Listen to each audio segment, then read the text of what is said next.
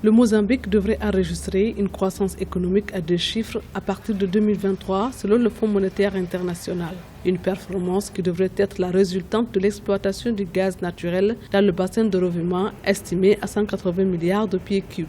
À moyen terme, la croissance de l'économie mozambicaine devrait faire un bond considérable grâce aux revenus tirés de l'exploitation du gaz naturel. Il est important de gérer les attentes des citoyens car la collecte des recettes pour les caisses de l'État prendra encore un certain temps, d'où le besoin de patience. L'exploitation du gaz laisse entrevoir une manne sans précédent pour les finances publiques du Mozambique.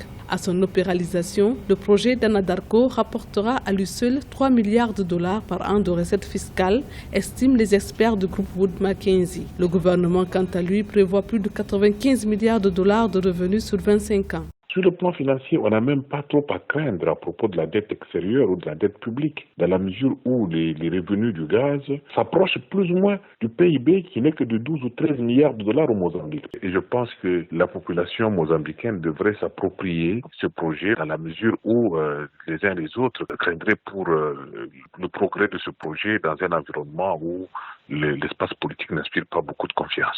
Pour rappel, suite à la découverte d'une dette cachée d'environ 1,4 milliard de dollars, le FMI et plusieurs bailleurs de fonds avaient suspendu leur aide budgétaire au Mozambique. Depuis, le pays fait face à la plus grave crise économique de son histoire.